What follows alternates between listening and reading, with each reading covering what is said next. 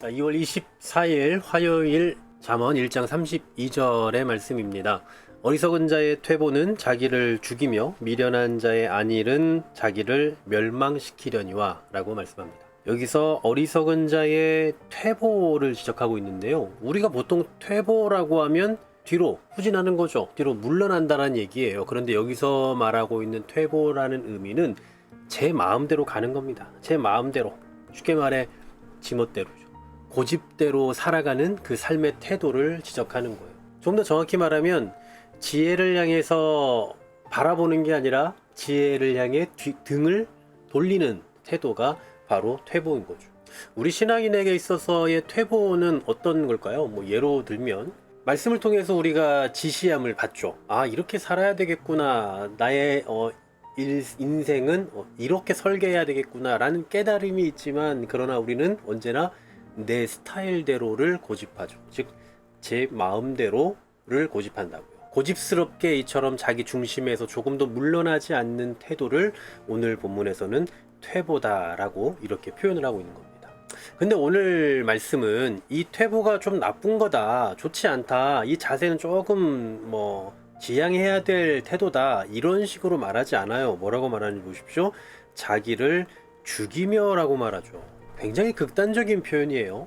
여러분, 고집이 자기를 죽입니까? 그 정도까지는 아니잖아요. 그런데 지혜를 향해 등을 돌리고, 그리고 하나님의 말씀대로가 아니라 제멋대로 살아가려고 하는 그 삶의 태도가 궁극적으로 가져오는 것은 죽음이다 라고 말하는 거예요.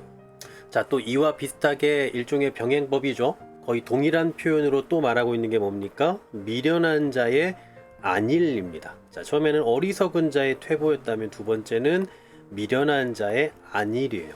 안일하다. 이것은 보통은 쉰다? 이런 의미를 가지고 있잖아요. 그런데 여기서는 단순히 쉼을 말하는 것이 아니라 영적인 태만을 말하죠.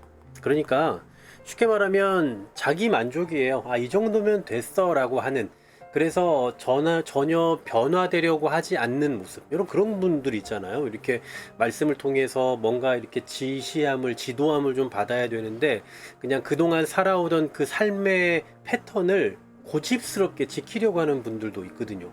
이런 게 어쩌면 영적인 태만에서부터 나오는 반응이 아닐까라는 생각을 해봐요. 이렇게 되면 어떤 문제가 생깁니까? 말씀을 들어도 은혜를 받는 게 아니라 좋은 말이네 라고 이해하고 끝나버려요. 은혜는 받았는데 삶은 그대로죠. 우리 교회는 삶이 되는 교회를 지향하고 있지만 이게 전혀 되지 않는 거예요. 아는 만큼 삶으로 나아갈 의지가 전혀 없는 상태, 그 상태가 바로 안일의 상태죠. 근데 솔직히 여러분, 이러면 좀 편하지 않을까요? 안일하게 가만히 있으면, 그냥 세워라 내워라 하며 기다리고만 있으면 편해요. 굳이 자신을 힘들게 채찍질할 필요도 없고 돌아볼 필요도 없지 않습니까? 얼마나 편합니까? 그런데 오늘 본문은 또 뭐라고 말씀합니까? 안일은 어떻게 된대요? 자기를 멸망시킨답니다.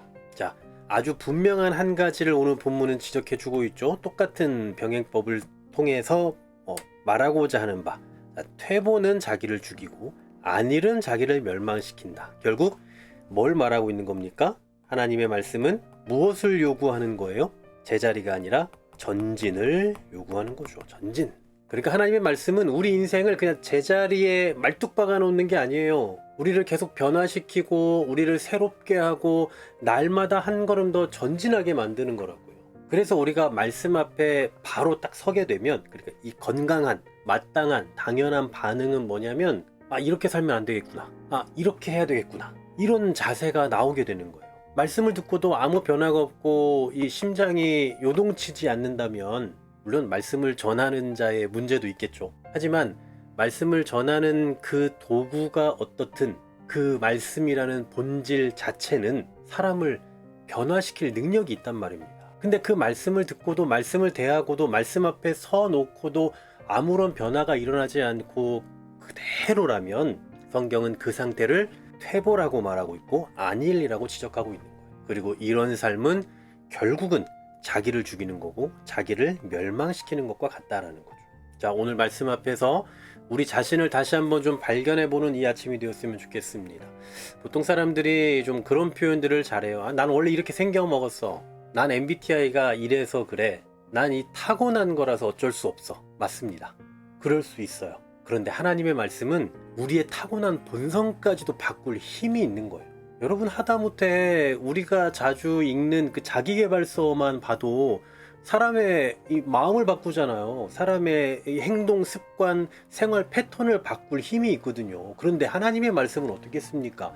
살아계신 하나님의 말씀은 우리의 본성, 우리의 타고난 어떤 그 성격, 기질, 이 모든 것도 바꿀 능력이 있단 말이죠.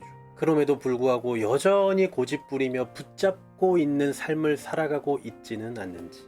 혹시 지금 나는 말씀을 듣고 말씀 앞에 서 있으면서도 영적인 그 어리석은 퇴보, 어리석은 미련한 안일이 내 안에 자리 잡고 있진 않은지 우리 자신을 돌아보시고, 이것은 그냥 단순히 선택의 문제가 아니라 자칫하면 나를 죽이고 나를 멸망시키는 일이 될 수 있다라는 거 명심하시면서 더 적극적으로 하나님의 말씀을 듣고 그 말씀대로 살아가려고 정말 몸부림 쳐보는 오늘 하루, 그리고 우리의 평생이 되기를 간절히 소망합니다.